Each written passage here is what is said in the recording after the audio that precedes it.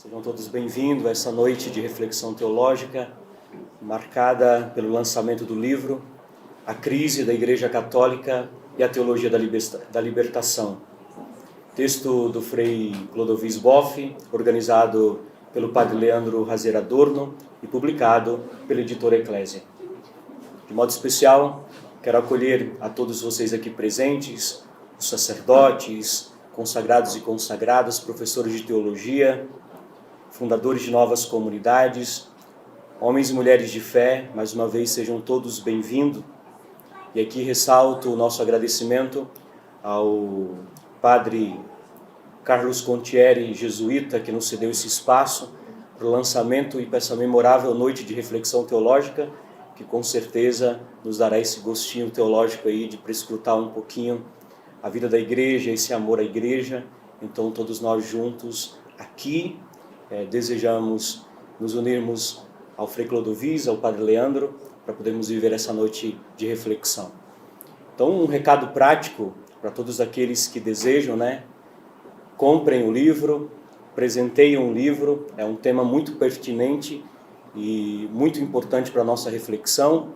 E todos aqueles que podem, que têm suas redes sociais, tirem foto com o autor, com o organizador, e lá você pode marcar no Instagram, @p Leandro Razeira, também @editora Eclésia, e também hashtag Frei Clodovis Boff. Quando clicar lá, nós já vamos chegar a essa obra tão importante que será refletida aqui e comentada nessa noite.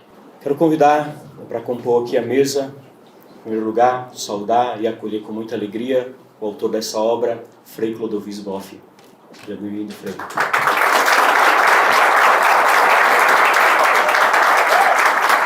Frei Clodovis é frade da Ordem dos Servos de Maria e natural de Santa Catarina. Foi ordenado presbítero em 1971.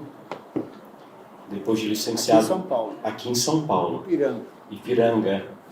Depois de licenciado em Filosofia, em 1970, obteve o doutorado em Teologia pela Universidade de Louvain, na Bélgica, com a tese Teologia e Prática sobre a metodologia da Teologia da Libertação. Em 1976, foi professor na PUC do Rio, no Instituto Teológico Franciscano de Petrópolis, Rio de Janeiro, na Faculdade de Teologia Nossa Senhora da Assunção, de São Paulo, hoje Faculdade de Teologia da Pontifícia Universidade Católica de São Paulo, no Estúdio Teológico de Curitiba, na Pontifícia Faculdade Mariano de Roma e na Pontifícia Universidade Católica do Paraná, atuando principalmente nos seguintes temas: teologia, espiritualidade, mariologia, método e missão. Não sei se errei alguma coisa. Queremos também acolher aqui com muita alegria nosso irmão, o Padre Leandro Razer Adorno, organizador desse livro. Seja bem-vindo, Padre.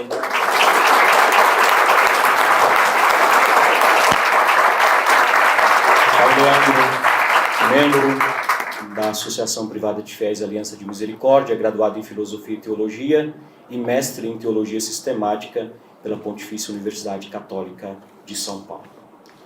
Também, para nos ajudar aqui a comentar essa obra, para poder nos ajudar nessa reflexão, nessa apresentação que o Frei Clodovis vai fazer para nós, quero convidar aqui também o Padre José Eduardo de Oliveira e Silva, da Diocese de Osasco, que vai comentar. Seja bem-vindo, Padre.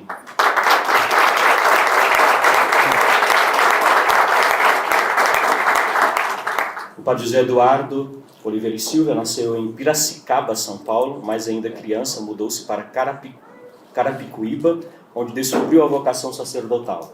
Foi ordenado sacerdote na Diocese de Osasco em 2006, é doutor em Teologia Moral pela Universidade da Santa Cruz em Roma e a partir de 2013 tornou-se conferencista em temas como gênero, aborto, defesa da família e educação. E atualmente é pároco da paróquia São Domingos, em Osasco. Antes de passar aqui a fala do autor dessa obra, o Frei Clodovis Boff, eu quero me ater às palavras do Padre Leandro no prefácio desse livro, que creio que todos vocês adquiriram ou vão adquirir, no qual ele apresenta o Frei dizendo: quem já conhece o Frei Clodovis Boff sabe que, apesar de ser considerado um dos pioneiros da teologia da libertação, ele se tornaria, com o passar do tempo, onde seus mais intrépidos dissidentes, por ter sido capaz de captar, desde os seus primórdios, o funesto erro de princípio em que tal corrente teológica incorria: colocar os pobres no lugar de Cristo. Esta é a ideia mestra que perpassa todo o seu debate. Nasceu ainda depois dele um novo texto que, além de uma renovada e certamente mais maturada, afirma o padre Leandro, a reflexão sobre a teologia da libertação engloba também a febril problemática sobre a crise atual da Igreja. Para o Frei Clodovis, o pecado original da teologia da libertação permanece graças ao denso nevoeiro mental que tem acometido a teologia contemporânea nas últimas décadas. Então é com muita alegria que nós passamos a fala ao Frei Clodovis para que nós possamos adentrar nesse tema, a crise da Igreja Católica e a teologia da libertação. Um lugar tão importante como esse em que nasceu a cidade, era histórico, né?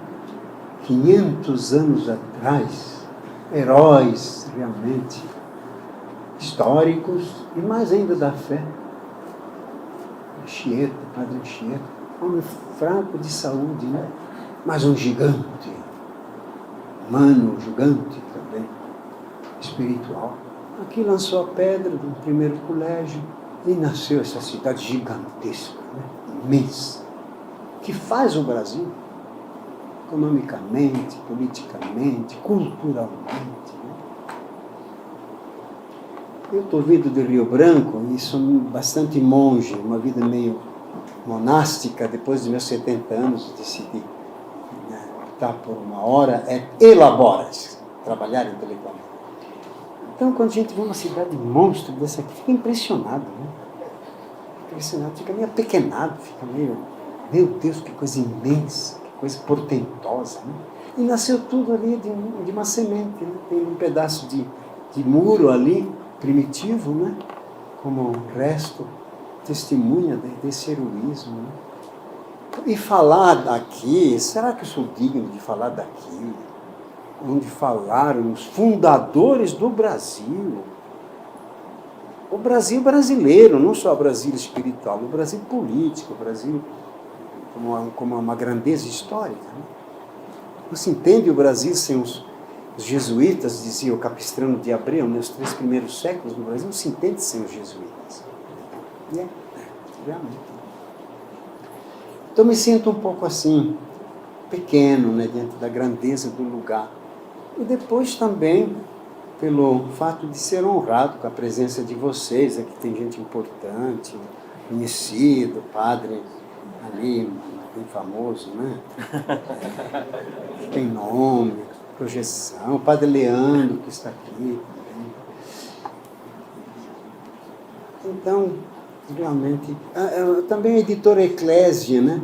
Quero honrar a editora Eclésia, está publicando obras de fundo, básicas, fundamentais, clássicas, que nutriram o pensamento e a vida espiritual de gerações e gerações de cristãos depois que foram interrompidas. E agora estão retornando. Obras poderosas, densas, ricas, né? Então, parabéns para essa edição. Que depois, é claro, é objeto também de preconceito. Você publicou na Eclésia? É verdade? Como se eu tivesse publicado numa editora fundamentalista, medíocre, meu Deus, né? Então, realmente, e depois eu sou meio monge mesmo, viu? Então, esse moço aqui me desentocou de lá da força de insistência. Era tempo de quaresma, digo, vou por penitência, viu? Para pagar minha quaresma, né? Então, estou aqui para dizer, na verdade, o óbvio, viu? Para dizer o óbvio. Eu vou dizer logo a minha tese qual é. Crise na igreja, problema de libertação. Onde é que está? Simplesmente em 2 letras, fé. Fé. É óbvio, precisa vir lá do Acre, 3.000 quilômetros, até aqui, nesse lugar histórico para dizer isso. É óbvio. Porém, é óbvio ululante, né? Óbvio que grita, óbvio cegante também, no sentido que ele ofusca para fé. Fé mesmo, precisa da fé. Fé viva. Todo o problema está ali. Né? Uma sílaba só. Não, o problema está ali. Essas coisas mais simples, às vezes, não são vistas. Né? As crianças veem. O rei está nu, não, está vestido maravilhoso, né? As mentiras, né? Da cultura.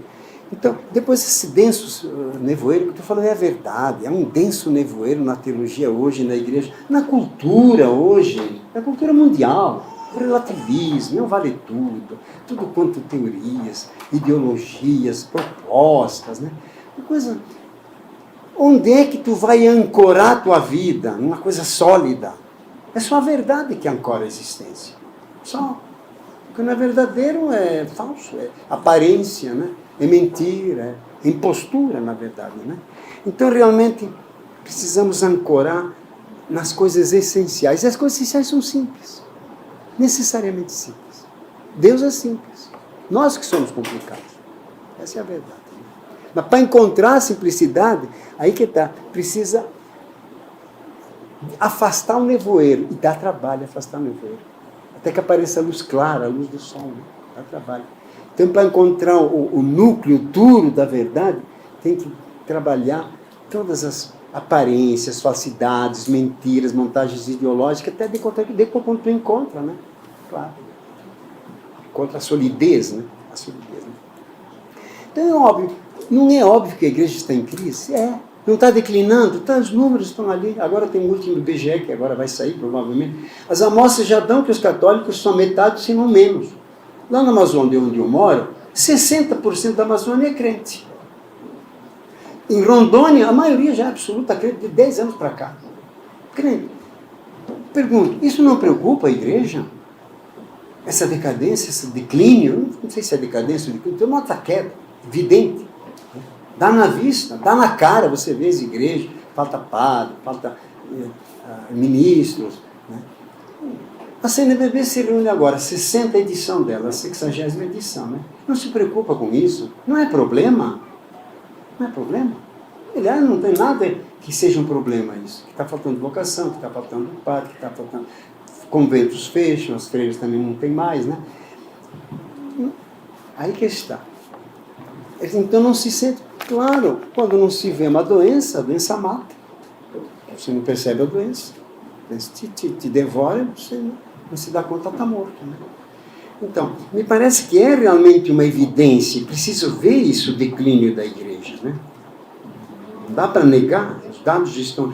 Interessante, no norte, ou seja, na Europa e nos Estados Unidos, há um debate sério que é levado à frente sobre a queda da igreja, a diminuição social, né? Não só numérica, mas de importância também, os valores, as propostas do diálogo, a fala dela não é muito levada em conta, né? Você perde vigência. Né? Quem está se preocupando disso são os leigos, que acham que estão perdendo o valor cultural grande, que construiu catedrais, que construiu obras de arte, que construiu santos. Né? Eles sentem mais vezes do que os próprios católicos. Né? E tem livros poderosos escritos sobre isso. Por que a igreja está decaindo? E agora tem os chamados cristãos culturais, né? Não, nós não temos fé, mas nós queremos que a igreja continue, porque é uma grandeza histórica, cultural, né? Imensa, humana, produziu homens de primeira qualidade e obras de arte. Obras de arte. Como dizia o Papa Ratzinger, né? Tem duas provas mais evidentes da verdade da igreja. São os santos, que são figuras humanas, profundissimamente humanas, que só a graça pode produzir, e a arte, a beleza. Queima Notre Dame, todo mundo, meu Deus, não pode queimar. Até os ateus, os agnósticos, os laicistas, não, tem que refazer. E mais bonito do que... Claro, obras de arte são maravilhosas. Aliás, saiu até um livro interessante do presidente do Senado, né? Marcelo Vera, porque nós não podemos não ser cristãos, culturalmente falando. Né? Aliás, depois o Ratzinger escreveu a introdução. Só que Ratzinger disse assim para o Vera, querido Vera, era presidente do Senado na legislatura anterior, 2 legislaturas anteriores. A gente produziu santos, homens de grande, e mulheres de grande envergadura humana, né? E obras de arte, porque por baixo tinha fé. Você tira a fé, aquilo acaba morrendo. Né? É como uma flor, você tira da raiz, bota ali o buquê, fica uma semana, mas depois seca. Tem que ter raiz. E a raiz da cultura e da santidade é a fé. É a fé que me alimenta. É a fé que alimenta. Então, na verdade, a questão toda... porém, qual é a resposta que está se dando normalmente, né, para revitalizar a igreja, para remonter, como eles dizem, né, voltar a uma presença um pouco mais forte na sociedade. As duas, né? Modernizar a igreja, adaptar a igreja à modernidade, aos gostos da modernidade, é o sínodo alemão, né? Então, dá mais poder às mulheres, dá bênção aos casais homossexuais, fazer o leigo participar da eleição dos bispos, dos párocos, né? E o quarto, tem um quarto aí, não sei qual é, um desses ali, né? Modernizar. De fato, dizem que a partir dali a igreja se tornaria mais relevante, mais interessante, então atrairia mais gente, né? Também um pouco as reformas do Papa Francisco vão um pouco nessa linha, né? A sinodalidade, trabalhar junto, né? Fazer as mulheres participar também mais do poder dentro da igreja, etc. Né? Os outros, nós, sobretudo aqui na América Latina, não, compromisso social, temos que comprometer com os pobres, com a ecologia, com a paz, né? Porque isso atrai, dá credibilidade à igreja, mostra a igreja relevante, importante, né? Não é que essas respostas sejam falsas, são poderosas e nascem realmente da fé, e nasceram da fé, mas são curtas, são insuficientes. Quando não são contraproducentes, quando você só se apoia nelas, acha que fazendo isso vai conseguir atrair, ao contrário, perde interesse uma igreja que é só moderna, porque a modernidade está saturando já, por isso que estamos querendo ser pós-moderno. E a igreja está chegando tarde. A modernidade está passando para pós e a igreja agora está se modernizando. Está atrasada de novo. Então, aí que está. Ou seja, não toca a raiz que está nessas duas letras, fé. Porque, gente, coisa mais elementar, o que é a igreja? Comunitas fidelius, sempre foi traduzido assim. A comunidade daqueles que creem. Comunidade dos que creem. Quer dizer, é a fé que junta aquele povo. Não é o pobre, não é a modernidade, não é a mulher, não é dos que creem. Os que creem em Cristo se reuniram e disseram, encontravam juntos, tudo era um comum, alma só, assíduos apóstolos e depois pregavam, né? Então, a fé realmente é o constitutivo da igreja, é o DNA da igreja. Tira a fé e não tem mais igreja. Tem um ovo sem núcleos, é uma casca. Tem uma grandeza histórica, bonita. Aliás, é impressionante. Quando eu vou para a Europa, eu sempre visito catedrais, porque são obras de arte extraordinárias. Você entra, 1 milhão de turistas tirando foto, etc. Tirando foto. Mas cadê o culto? As igrejas ficaram lugar de arte, lugar de visita, museus. Mas não lugares de vida e de celebração. Aliás, fiquei impressionado uma vez, na Catedral Nossa Senhora dei Fiori, em Florença, que é belíssima, aliás, a cúpula do Miguel Ângelo.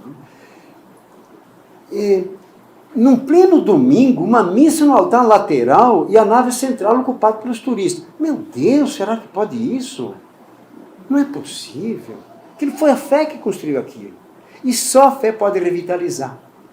Tornar viva de novo, né, uma comunidade. Então é a fé que mantém a vida da igreja, né? É a essência da igreja, não tem? E fé no Cristo. Não, gente, fé anônima, fé implícita. Não basta você ser bom, seguir sua consciência que já está seguindo o Cristo. Não é verdade. Fé explícita é um pleonasmo. A fé tem que ser explícita. Se não é explícita, não é fé. Simplesmente. Porque dizer fé explícita é como dizer uma água que molha, uma luz que brilha. É inútil. Porque tem luz que não brilha, tem água que não molha. É o que quer a fé explícita. Cristianismo anônimo. Cristianismo é proclamado, tem confissão de fé, você é cristão. Tu crês? Creio. Inclusive você pede isso antes do batismo. Nós renovamos agora os votos de Páscoa na noite, na vigília pascal. Né? Tem que proclamar, tem que dizer. Né? Se você, com teu coração, crê que Cristo é o Senhor e com tua boca o proclamares, etc., tu serás salvo. Precisa uma explicitação. Né? Então, precisa, então, portanto, uma fé explícita no Cristo, né? E Cristo como centro de tudo, como alfa e o ômega, é o Deus revelado, é o Deus humanado, o Deus feito carne, né? Se você tira a divindade de Jesus, está bem, estou com o saco cheio de homens, eu quero Deus. Essa é a verdade. Não estou dizendo, não estou eu que estou dizendo isso, foi um grande escritor, aliás, pornográfico até, né? Lawrence. David Lawrence, que escreveu o amante de Lady Chatterley, que foi até posto no Index pelo governo britânico. Pois ele diz, eu estou farto de humanidade, de homens, né? De humanismo. Eu quero Deus, quer dizer, uma transcendência. Porque o homem é feito para transcendência. O homem não é feito para esse mundo, o homem é feito para o céu. O homem é feito para Deus, o homem é feito para o sobrenatural, não para o natural. Somos feitos no DNA nosso é assim. Somos constitutivamente, né, teotrópicos, voltados para Deus. Teoversos. Tem como. Qualquer um, comunista, qualquer um. Homem é criatura, tem imagem de Deus, não tem como negar isso. Né? Quer dizer, a inscrição da fé já está no homem, né? O ponto de inserção da fé, do Evangelho, já está esperando ali, né? E todo mundo está esperando o Cristo, essa é a verdade. Então, realmente a fé, claro, o Ratzinger falou muito certo, né? Ele foi o maior teólogo, certamente, talvez entre os papas, os maiores teólogos, né? Dizem que talvez foi o maior teólogo papa da história da igreja, né? Porém, o Ratzinger, no primeiro número da primeira encíclica dele, Deus Caritas Est, ele diz: o que é fé? Não é moral, quer dizer, lutar pela justiça, lutar pela fraternidade, lutar pela ecologia. Não é. Bem, são coisas boas, implica inclusive, mas não é na sua essência, na sua raiz, no seu conteúdo intrínseco. Não é uma ideologia, uma ideia de sociedade, um projeto social, uma utopia social, não é. Né? O que é a fé? É um encontro pessoal com Cristo, transformador, regenerador. Claro, você é uma nova criatura, você está no Filho de Deus, você torna membro de um povo sacerdotal régio, as coisas elementares que a gente vive nos sacramentos e que ensina para as crianças. Agora eu li um negócio, um ritual de batismo. Como é que é? Trazemos essa criança para declarar que ela é filha de Deus. Isso é herético. Não se declara nada. A gente se torna filho de Deus pelo batismo. Nasce não filho de Deus, certamente. Nasce vocacionado, certamente. E nasce filho da ira, nasce com o pecado original, nasce fora da graça. Entra na graça pelo batismo. Claro, depois tem o voto, como faz aqueles que nunca tiveram chance. Até então a igreja responde, né? Tem um voto implícito, até implícito, né? O desejo, até interpretativamente, que se pode dizer, não, mas se ele tivesse recebido, como Santo Agostinho disse, se Platão tivesse escutado Jesus, provavelmente se tornaria discípulo dele. Eis ali, Platão. Ele diz lá num discurso. Ou seja, tem essa saída evidente, né? Mas o caminho real é crer em Cristo e ali se transformar. Né? Claro, você é uma nova criatura, então filhos da luz, se comporte como filho da luz, então se comporte com amor, com justiça, com paz, solidariedade. Aí vem toda a moral cristã, evidente, e cuidar também da criação. E, em primeiro lugar, você tem que estar linha de frente, inclusive em função disso, né? Pela paz do mundo também, mas sempre a partir do alto, sempre a partir da profundidade da fé, né? Sem a fé, a igreja morre. A igreja se torna uma ONG. Não faz maravilha. O Greenpeace é uma coisa maravilhosa. Ou seja, faz mais do mesmo. Mais do mesmo. Cuida dos pobres, ajuda o Lula, com o seu plano, né? A campanha de fraternidade, o Lula aplaudiu o projeto dele. Tá? Mais do mesmo. Mas a igreja é feita por diferente. Tão diferente que na tradição clássica os teólogos perderam, e perderam também o conceito sobrenatural. Mas se diz transcendente. Os queridos, a filosofia moderna trata o transcendente. Sartre, inclusive, tem a transcendência do homem, mas é sempre horizontal. Como é que o homem é transcendente? Quando ele faz política, ele se supera. Quando ele faz arte, ele se supera. Quando ele pratica justiça, se supera. Não é só isso, é uma transcendência imanente. Sem transcendente. Não é uma transcendente que tem um transcendente, que é Deus, que supera tudo, infinitamente tudo, e que para nós chegarmos lá, depende da graça dele, ele te abaixar, se encarnar na sua condescendência, sua misericórdia vem e te leva para lá. Essa que é a realidade verdadeira, e que nos faz realmente a diferença, né, transcendente e sui generis, o diferencial. Não é uma espécie diferente, né? Eu vejo Jesus quando a CNB, a Organização dos Advogados, a Associação Brasileira de Imprensa, o Sindicato, CONTAG, CNBB, como se fosse uma mesma realidade. Claro que tem o lado institucional, o lado sociológico, aparece assim como uma entidade interior, mas como Jesus apareceu como homem no meio dos homens, como a Eucaristia aparece pão no meio dos pães, como a Bíblia aparece um livro no meio dos livros, mas a essência é muito diferente. Jesus é homem, Deus, amoroso de Deus. A Bíblia é a palavra de Deus. Aquele pão você ajoelha, não simplesmente como qualquer. Ou seja, externamente aparece assim, mas é a sua aparência. a substância, a realidade é totalmente outra. A igreja é absolutamente outra. Absolutamente outra. Né? Porque é o corpo de Cristo, é a esposa de Cristo. Né? É a realidade da salvação, o instrumento de salvação. Não é por nada que vai ter no segundo, né? Primeiro capítulo de mistério. Depois vem o povo de Deus. Mistério. Quer dizer, vem do coração de Deus. É transcendente a realidade dele. Então tem que, a partir dali que a coisa pode, então, revitalizar a igreja e recuperar essa identidade profunda. Aliás, a crítica que fez o Casper, né? O Miller, dois grandes cardeais do sínodo na Alemanha, diz: a igreja de vocês falta teologia, falta uma teologia profunda, uma eclesiologia sacramental, mística. É só uma instituição que precisa se modernizar para atrair gente. Muito pouco, muito rasteiro isso. Né? Quem que vai dar vida por isso? Não. Então, gente, vocês capazes de dizer assim: mas Clodovis, tu está inventando a roda. Gente, na vida espiritual precisa reinventar a roda o dia todo.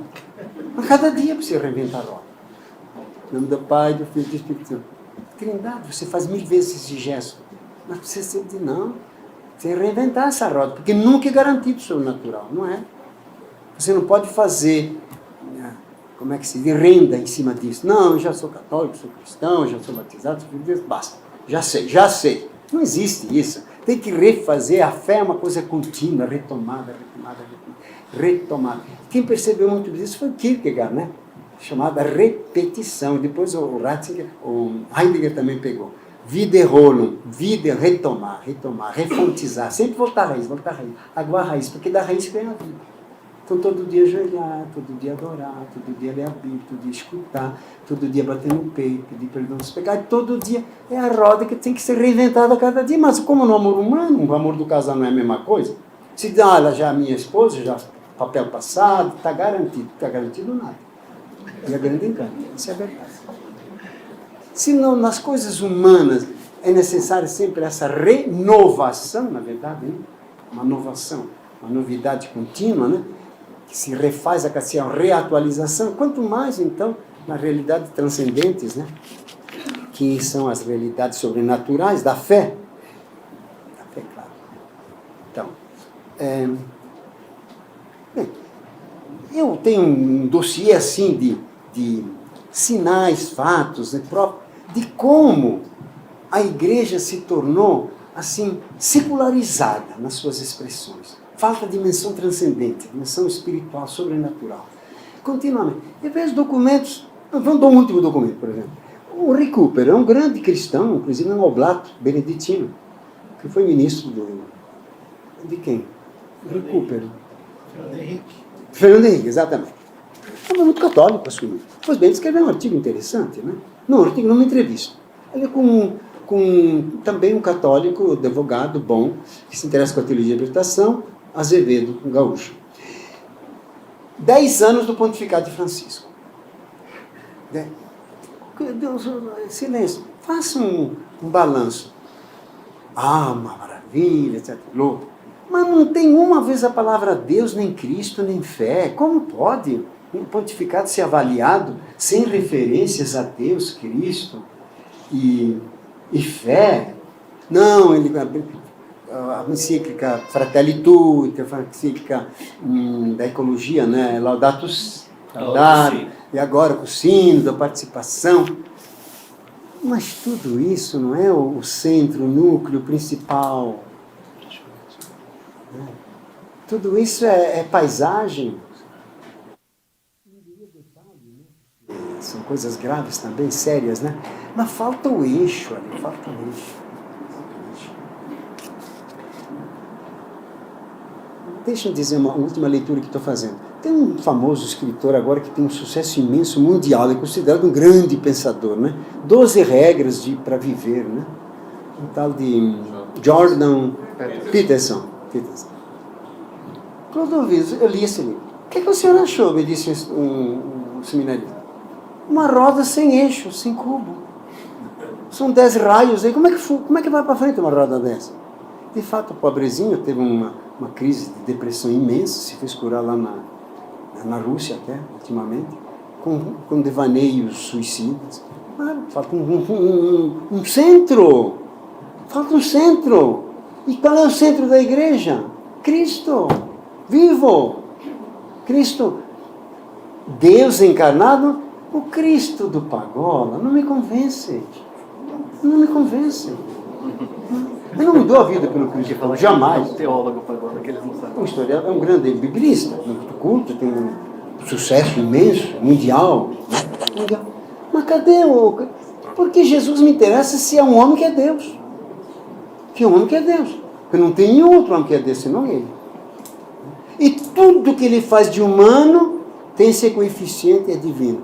Deus chora, Deus canta, Deus se comove, Deus se irrita, Deus ama. Tudo que é do homem é divino. Mas se ele tira esse fator Deus, murchou, não me interessa. Tem demais homens que nos dão exemplo. Sócrates, Pitágoras, Buda, Confúcio. Estou farto disso. Eu quero Deus. De novo, quero Deus, só Ele me salva. Aliás, hoje estamos lembrando de Santo Atanásio, né? A briga de Santo Atanásio. Homoousios, consubstancial com o Pai, é Deus de Deus, luz da luz, Deus verdadeiro de Deus. Por quê? Se não for Deus, não nos salva. Não nos perdoa os pecados, não nos salva da morte, não nos abre o reino de céu. Então ele tem que ser Deus para nos salvar. O Deus de Pagola nos salva? Não, é bom para cuidar da natureza, para os pobres, ser independente, criticar a política. Tem muitos que nos fazem isso. O Marx pode ensinar isso, o Lenin, tem muitos. É mais do mesmo. É mais do mesmo. Bom, pode ser que seja o super-homem, mas não é o ultra-homem. Jesus está para além. Não é o homem número 10, o máximo. Não, está acima do máximo. É o nome que está acima de todo nome. Quem é Jesus? Só Ele sabe quem é. A gente diz o verbo, Deus, mas são todas, na verdade, são convenções humanas. Um vou dizer o Lorum, outro dizer gado, outro vai dizer Dio, outro Dieu. Não interessa, não é isso que é Jesus. De fato, no capítulo 19 de Apocalipse, ele diz ele é o verbo de Deus, é o rei dos reis, Senhor. E ele traz o nome que só ele sabe. É o nome que está acima de todo nome. É isso que nós queremos. O homem é feito por um mistério, por um infinito, né? sem bordas. Né? É feito para isso. O desejo do homem é esse. Né? Então, falta isso. E isso que dá vida à igreja. É isso que dá também sabor, grandeza à igreja. Né? Agora, de vez em quando, eu fico tão impressionado dessas evidências, né, cegantes, que se diz, né, que eu digo, mas será que eu estou ficando louco, eu mesmo? Eu fico estranho, porque eu quase não partilho isso com meus colegas teólogos. Não consigo partilhar. Então eu digo, eu acho que eu estou ficando louco. Estou pirado, eu que estou estranho. Estou meio estranho. Porque eu estou achando estranha a teologia moderna. Estou achando estranho o discurso da CRB, da CNPP. Estou achando estranho. Porque eu não vejo o nome de Jesus como Senhor, como Deus Salvador. Então eu acho estranho. Aí eu me questiono mesmo, viu? Seriamente. Também quando escuto o Papa Francisco, quando diz certas coisas, eu digo, poxa, Papa Francisco, quem sou eu? Acho que estou errado. Acho que estou errado. E às vezes me perguntam mesmo se eu não estou errado. E se eu não estou enganando vocês também aqui. Sim, senhor, eu às vezes me coloco. Porque muitas vezes disse bobagem como teólogo, disse muita bobagem. Disse. E agora quando olho para esse Clodovisto, tu não sente vergonha daquilo que tu falou? Lá naquele lugar, de tantas coisas besteiras que tu falou. E agora, quando eu estou falando de novo, eu digo, mas será que não é uma nova besteira, da qual vou me arrepender? Às vezes eu penso assim, né? Realmente, eu confesso com franqueza, não é jogo de literário, não. Às vezes eu me pergunto, porque eu sinto uma certa solidão teológica nesse ponto de vista. Viu? Eu sinto uma certa solidão teológica. Quando eu escrevi esse texto, A Crise na Igreja, eu li todos aqui, tentei ler, né? O debate na Europa sobre por que a igreja está decaindo. De gente poderosa. O Ricardi, né, que é o fundador da comunidade Santo Egídio, né? Muito querido do Papa, de todos os papas. Ele escreveu também sobre La Chiesa Brucia, né? A igreja queima. Pegando metáfora de Notre Dame de Paris. E ele não tem essa percepção. Eu digo, o Ricardi fundou uma benemérito, um homem espiritual. Também quando eu leio aquele grande monge, né, que fundou uma nova comunidade também, ecumênica, Enzo. Ele disse 2 vezes que o problema da igreja é fé, mas logo em seguida ele diz, não, é a fraternidade, pronto. Não segurou. Segurou o principal, o eixo, garra aí, filho, para mim. Ancora aí, não solte. Em Cristo, ali que tu salva a igreja. Mas se tu de novo começa a dizer, não é a fraternidade, né? É o pobre, não é a integração da natureza, não é, ele falou, né? A paz é o grande... Pronto, já não acreditei mais nele, então eu já desconfio de mim. Até pouco ele caminhava comigo, mas ele se desviou, então eu logo digo, não, eu devo estar errado. Eu sinto uma certa solidão, realmente, né? Certa solidão teológica. Com o Leonardo nem falar. Ele disse que a grande coisa agora é salvar a natureza, não tem nada. Aliás, publicou o último, se vocês verem no site dele, um texto do Levi, que eu conheço bem, um grande estudioso, professor na Sorbonne, né? A grande problema hoje é a ecologia, é salvar a vida humana. Tudo mais é secundário, religião, ética, política, tudo secundário. E quem dizer o contrário está desafinado com a realidade, é um alienado. Não é verdade. Não é verdade. Não condigo com isso. É uma visão materialista, né? Só tem o bios. E cadê o Zoé que fala São João? A vida eterna. Cadê o Filho de Deus que ressuscitou? Cadê a Páscoa agora? Não é uma vida transcendente, a vida pascal, que supera tudo. Então o que estamos fazendo? O Cristo é um mito, uma legenda, uma coisa literária, um poema ou é uma realidade? É ultra realidade, que dá grandeza a essa realidade precária nossa aqui. Né? Porque promete também eternidade, também para a carne. Né? A carne um dia vai ressuscitar, por causa da ressurreição de Cristo. Então, dizer que o bios, a biologia, o mundo biológico, o mundo da vida, né? É o principal, é tudo, e que aquilo acaba tudo, é uma visão materialista, imanentista, estreitíssima. Assim, nós somos feitos para o Zoé, a vida eterna, a vida divina, que transcende a morte, né? E que vence a morte, como Cristo na ressurreição. Né? Está ali. Então, realmente, a impressão que eu tenho é que realmente a gente perdeu a consciência da própria originalidade, né? Da própria especificidade. Nem isso. Não é nem sui generis, é uma identidade transcendente, simplesmente sobrenatural, né? Que não pode ser nem categorizada. Só pode ser dita, ela supera tudo só. Quer dizer, ela está acima da realidade e que dá sentido a essa realidade, salva essa realidade. Essa é a verdade. Né?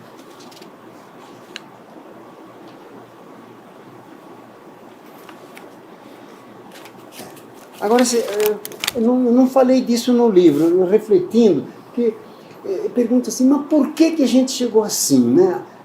A fé ser um elemento não central, não decisório, não definido, né? Não, assim, determinante, né? Não determinante, né? Por quê? Por que a igreja está definhando por falta de fé?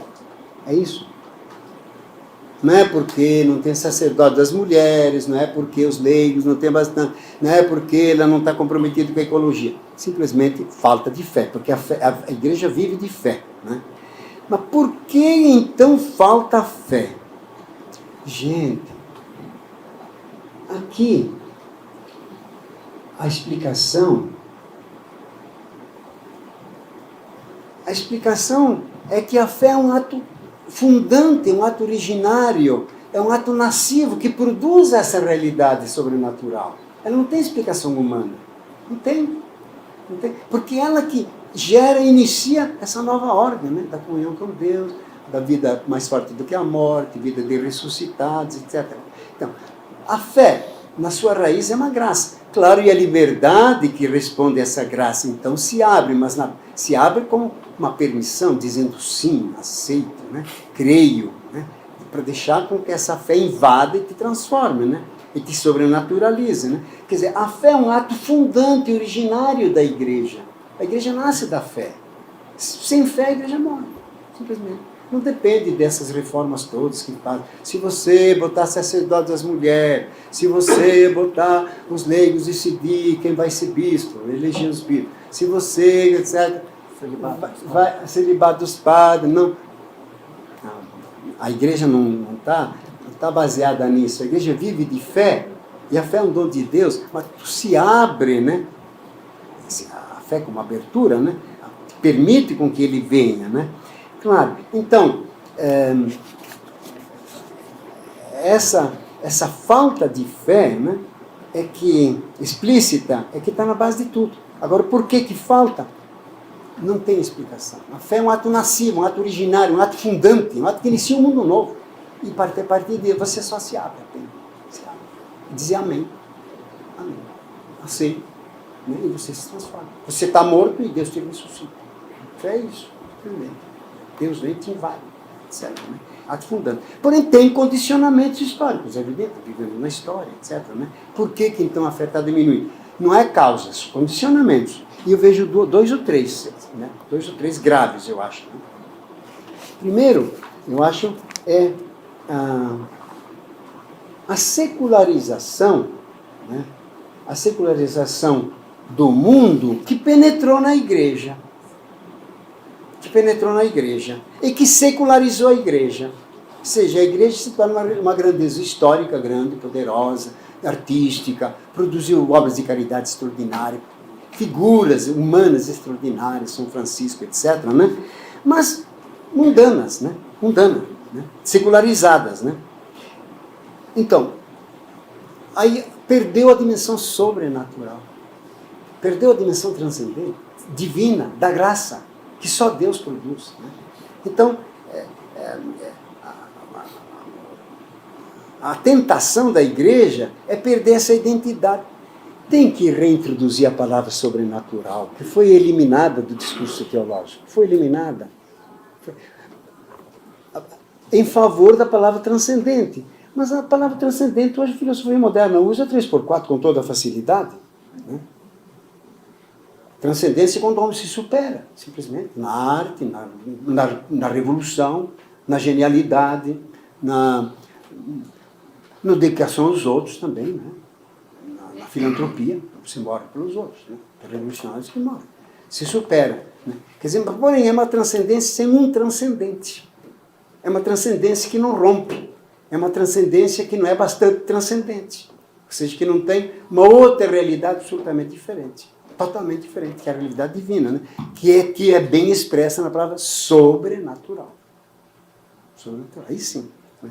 Então, se perdeu essa dimensão, né, transcendente, sobrenatural, então a igreja fica uma grande ONG, respeitada, aplaudida, que faz grandes obras, tem uma rede de obras de caridade, filantrópica, tem genialidades, tem gente inteligente, gente que produz, humanitárias, etc. Mas é mais do mesmo. É mais do mesmo. É o aluno número 10. Tá bem. Com a base de caridade, etc. Mas não é totalmente diferente, né? Então, essa secularização do mundo é a primeira tentação. Acho. Uma igreja que perdeu sua dimensão absolutamente sobrenatural, né? E a secularização da teologia. A teologia é o segundo grande problema, né? Uma teologia, então, tipo Pagola, uma teologia da libertação, tem que libertar os pobres, etc. E então, toda a parte sobrenatural, espiritual, serve, é funcionalizada, é instrumentalizada em favor do imanentismo. Desse mundo, da política, de um mundo melhor, de um mundo mais humano, etc. Né? Então, ali, realmente, não temos uma jesuologia ótima, Jesus maravilhoso, mas não uma cristologia, o Cristo Salvador, o Cristo que é Deus. O Cristo que se humanou para nos elevar a Deus. Acabou-se. Então, inclusive, engraçado, né? Eu tive um aluno que defendeu, participei de uma banca no Curitiba, no último ano, Pagola, né? A cristologia de Pagola. Mas eu digo, aqui isso não é cristologia, isso é jesuologia. Jesus homem, maravilhoso, mas cadê o Deus? Não tem, né? Não, me faz precedente. Mas o próprio fato da humanidade de Jesus irradia a sua divindade. O jeito dele tratar as crianças, o jeito dele fazer um milagre. Ele não invoca a Deus. Eu quero, fique limpo. Lázaro, sabe? É Deus que fala assim. Ele não invoca a Deus. É Deus, só Deus pode falar assim. Vento, para. É o Criador que pode falar assim. De fato, por maqueia homem que manda até no vento e ele obedece. Claro, ele atua como Deus, se comporta como Deus. Quer dizer, na própria humanidade de Cristo, há uma irradiação da divindade. E eles querem fazer, praça limpa, né? Querem abolir esse dado que, inclusive, como é que se diz? Aleja o próprio homem Jesus. O próprio homem Jesus. Não se, ele se torna irreconhecível, né? Então, precisa recuperar a cristologia, quer dizer, o Jesus que é filho de Deus, né? Que a humanidade dele manifesta a divindade, pelo jeito dele trabalhar, por ele de se comportar, de falar, etc. Né? Então, eu diria, é uma jesuologia, mas não é uma cristologia. Essa é a verdade. Esse menino, porque Jesus multiplicou o pão. Digo, mas querido, eu fui da banca, né? Digo, ele defendeu a sua tese lá em Curitiba. Querido, mas o Lula deu baile em Jesus com a Bolsa Família. Bolsa Família, né? Bolsa Família. Alimentou milhões, 13, 14 milhões. Jesus foi 2 vezes 5 mil. 3 vezes 5 mil. Coitado, Jesus ficou para trás. Se for por esse metro. Se for por esse metro, não, Jesus, o Lula é muito mais Messias. Não. Então, aí que está. Jesus não é um super-homem. Jesus é um além-homem. Por isso que diz Deus. Né? Tem que dizer isso. Né? Não é um homem divino. É um Deus. Ou seja, é um inominável. Né? O nome que está acima de todo nome, como diz São Paulo. Né? Então, realmente... Bom, então, eu vou terminando. Né? Certo, a igreja precisa responder ao homem moderno, ao mundo de hoje. Né? Porém... Diz, tem os pobres, tem ecologia, tem se acabar o mundo físico, né, o mundo ecológico, a nossa casa mora em nós mesmos. Ué, o homem é reduzido à natureza, o homem transcende a natureza pelo seu espírito. O homem é imortal, o homem é a imagem de Deus. Quer dizer, dentro do mundo, ele é a transcendência do mundo. Por isso que São Tomás de Aquino diz que o homem está no horizonte entre o mundo da matéria e o mundo do espírito, entre o anjo e o animal. Né? Quer dizer, ele mesmo traz a transcendência, na medida que ele deseja o infinito. Ele traz uma alma imortal. Né? Então ele não está reduzido ao oikos aqui. Você pode destruir o oikos, o homem sobrevive, claro. A gente diz alma imortal, e se tem a graça, ela participa dos santos. A gente faz a festa dos santos. Né? Então a realidade não é ser esse oikos aqui. Né? Portanto... a igreja precisa responder ao homem na sua totalidade, na sua integralidade, que não é apenas um ser físico, mas é um metafísico. Né? É um ser que tem uma vocação sobrenatural, né? A partir da natureza, porém uma natureza aberta ao sobrenatural. Por onde o sobrenatural, a graça, o amor de Deus, a vida eterna, né? De qual fala São João, se insere. E este é o homem profundo. Esse é um homem profundo. Quer dizer, que tem fome de pão, sim, mas também tem fome de sentido. Tem fome de vida eterna. Tem fome de felicidade infinita. Né? Que depois tu vai trabalhar, certo? Só Deus pode responder a isso. Né? Então, e também aqui, tem que fazer o que a igreja precisa responder, não só o homem imanente desse mundo, né? Mas o homem também profundo. Também é um mundo mais profundo, que hoje está claro, né? O homem está buscando o que hoje? O pós-moderno, sobretudo, né? Sentido. Deus, deuses, um sobrenatural, energia, qualquer transparência. Quer dizer, há uma fome do transcendente. Porque o imanente não satisfaz mais. A matéria não satisfaz mais. Né? Quer dizer, fome de sentido. Fome de sentido. Porque há um problema de niilismo hoje. O Nietzsche viu isso há 200 anos atrás, né? Que o grande problema, diz ele, é o problema do sentido, falta de sentido, é o niilismo, né? Niilismo. Porque o homem tem o espírito feito para o infinito, né? Para o eterno. Quer dizer, na imanência, já o eco da transcendência, a abertura para a transcendência, na imanência, é uma busca, é uma fome de transcendência, a própria imanência busca a transcendência. Esse é o paradoxo do homem, né? Que Pascal traduziu assim, o homem supera infinitamente o homem, né? Essa frase, né? Supera infinitamente o homem. Pois bem, então, esse homem profundo que busca não só pão, mas busca também a palavra, o sentido, a vida eterna, a imortalidade, todo homem, todo. Ou a vida eterna, não muito exatas, né? Substituições, né? Por exemplo, a história, ficar o nome na memória dos homens, né? Mas que como é que diria? Que máscara de imortalidade é essa, né? Os romanos tinham a imortalidade do nome, né? Então, Então tem também um mundo profundo, né? Que não é só o mundo da fome, o mundo real, da ecologia, o mundo da paz, da guerra lá na Ucrânia, né? Mas tem o mundo do sentido, do sagrado, da espiritualidade, né? Do sentido da vida, da esperança, né? Da plenitude, da felicidade, né? Que não é uma coisa que você quer, é uma coisa que está dentro de você, né? É uma coisa na própria natureza, ela que clama isso, né? Não é uma coisa consciente, ela é pré-consciente, ele é natural, está no homem. Todo homem busca ser feliz, ninguém busca ser infeliz. Só que o erro está em busca, onde ele bota a felicidade, né? No sexo, no poder, na glória, no nome, na política, na utopia. O erro está ali, mas a busca é real, a fome do infinito é real, e só Deus pode realmente responder o infinito, né? Então, para terminar, né? Lá no Acre tem uma, já que estou lá, tem uma rede de supermercados chamada Agroboi, né? E lá a gente não tem nada a ver com boi, nem com agro, né? No começo era assim, é só material de construção. Agroboi de Acho estranho, mas mantém, porque tinha nome, né? A igreja um pouco parece assim, né?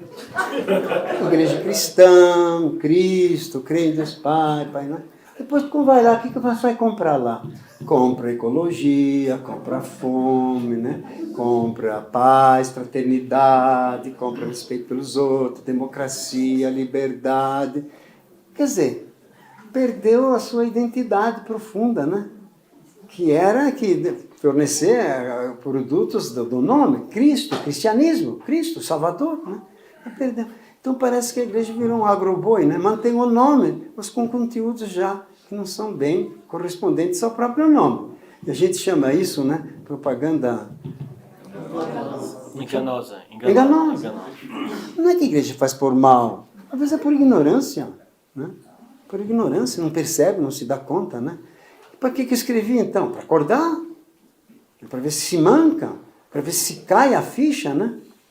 Eu leio a última mensagem que a CNBB deu, a mensagem do povo de Deus. Mas onde está a dimensão transcendente? A missão da ressurreição, o tempo da ressurreição agora, né? Falar, sim, que nós lutamos aqui, que devemos lutar e continuar, mas que no fim, Deus garante lá em cima a eternidade. Porém que nós temos que ser dignos disso, né? Nos comprometer mesmo para esse mundo, etc, etc. Quer dizer, ganhar a imanência a partir da transcendência, ganhar a terra a partir do céu, mas do alto, ganhar o baixo a partir do alto. E você ganha mais e dá mais força. Isso era a mística dos santos, né? Quanto mais amava Deus, mais amava o próximo, mais eram, assim, incondicionais na entrega, da vida para os pobres, para os humildes, porque estava agarrado lá em cima.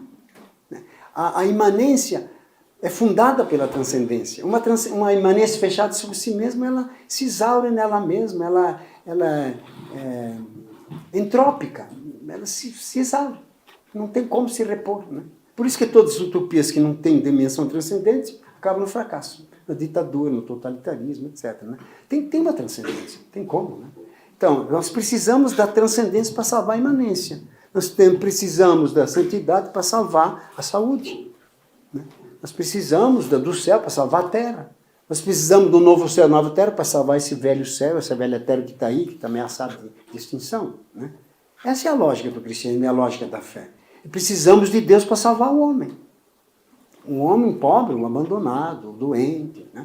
Precisamos de Deus. Se não faz isso, a prova histórica é isso. Um humanismo fechado só leva ao anti-humanismo. Como disse o Delibac, né? E o Paulo VI citou na Popular Progresso. O humanismo sem Deus pode fundar a terra, mas só fundará a terra, construirá a terra contra o homem. Está aí a prova. União Soviética, ateia. Se louva muito a China, mas China é um mercado, mas China é um povo, tem gente lá, tem almas, tem espíritos. Eu estive lá 40 dias. Onde é que está a transcendência? É considerado um grande mercado. Só parte puramente produtiva e econômica. Meu Deus, que visão estreita da China. A gente mesmo, toda a modernidade da China é um poder econômico. Vai ser só como que China será que o chinês é só um produtor? O chinês é uma pessoa humana e tem grandezas, inclusive históricas, né? O universismo do Lao Tse, né? O confucionismo, tem dimensões grandes, né? E, aliás, quando eu fui na China, naquele tempo era obrigado a mandar $1.000 antes nos bancos, não podia levar, né? Tinha que retirar no banco lá. Fui pedir no Banco Central de Pequim os meus $1.000 para poder andar pela China. E não conseguia achar. Até que ele achou o funcionário, né, meu nome lá, com os $1.000 que ele me deu, graças ao céu, disse assim, levantando as mãos para Deus, o Tien, a transcendência, né? Transcendência, graças ao céu, de valeu. Emerge. O homem é feito para transcendente, o homem é religioso constitutivamente, né? Bom, termino. Para onde a gente vai? Nessa situação de uma igreja também que está perdendo identidade e um mundo que precisa dessa transcendência, que está à frente. Porque, na verdade, interessante, né? Por que essa nova onda de espiritualidade, né? Por que está crescendo os nomes chamados, né? Gente que quer espiritualidade não quer saber de religião, não quer saber de igreja, não vai para a igreja. Mas quer saber de espiritualidade, quer saber de Deus, né? E no Brasil era 8%, no último IBGE, agora parece que já é 15%, 18% no geral. No Rio de Janeiro está 25% já pelas amostras, né? Nos Estados Unidos é 1/3. 30%, 33% não quer saber de religião. Não quer saber de espiritualidade. Eu sou espiritual, não religioso. Por quê? É que as religiões instituídas, né, perderam perfume, perderam essa dimensão transcendente. Dão tudo que dão os governos, fazem mais do mesmo, né, com melhor qualidade talvez, mas o mesmo. Né? Mas falta aquilo que o homem está buscando, sobretudo o homem pós-moderno. A transcendência, o divino, o infinito, né? Deus. Né? Agora diga a Deus, não quero saber de Deus, prefiro ser ateu, mas busca um sentido. Né? E está crescendo sim, nós vamos ver no próximo IBGE. Quantos tentos não alinhados chamados, religiosos não alinhados. E rejeita a palavra religioso. Se diz ou espiritual, ou se diz ateu piedoso, ou ateu religioso, ou ateu crente, ou qualquer coisa desse gênero. Né?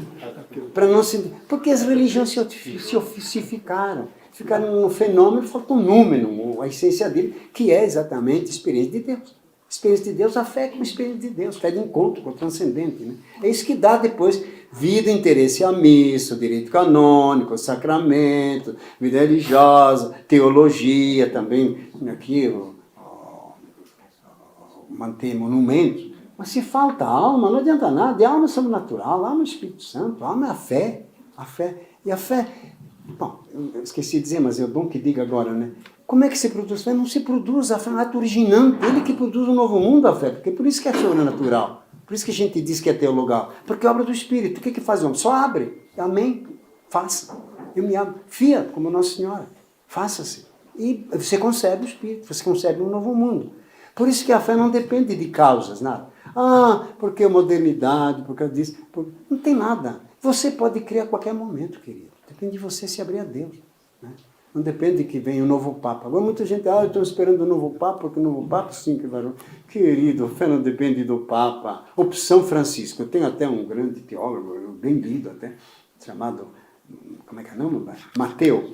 O primeiro nome é muito querido esse Papa Francisco. Inclusive ele pegou o livro dele e deu para os cardeais. Né? Como é que é o primeiro nome? Roberto Matei. Mateu. Aí que está. Ele não tem essa dimensão, né? da fé como algo engendrante, né? Nascivo, inaugural. Não é causado senão pelo Espírito Santo. E você que permite. Como a Virgem permite que Deus te fecunde. E você gera Deus. Não tem.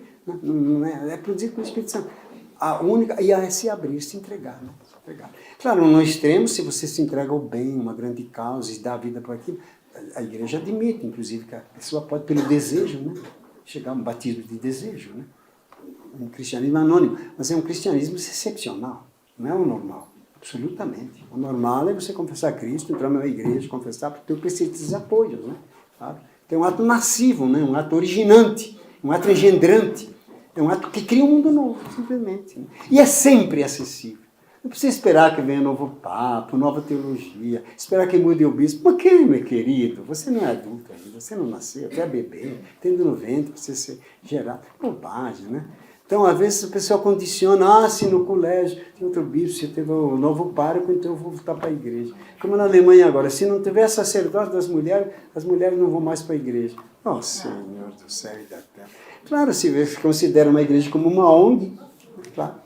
está pouco eficaz, dá espaço para outro argumento. A igreja não é ONG, a igreja é o sacramento da salvação, a igreja é um mistério, a igreja faz parte do plano divino, essa é a verdade. Então, falta essa dimensão transcendente, né? Então, para onde vamos? Depende de nós, só isso, em primeiro lugar. Ou melhor, depende de Deus e nós como resposta, né? Tem um diálogo da salvação aqui, né? Deus fala e você responde, né? Mas é Deus que toma a iniciativa, depende de nós. Claro que ele tem sinais no mundo novo. Quantos movimentos novos que nascem? De espiritualidade, de apostolado. Nossa, aliás, tem até um moço que esteve ali que disse que era o responsável, né? Estava ali presente. O Ítalo.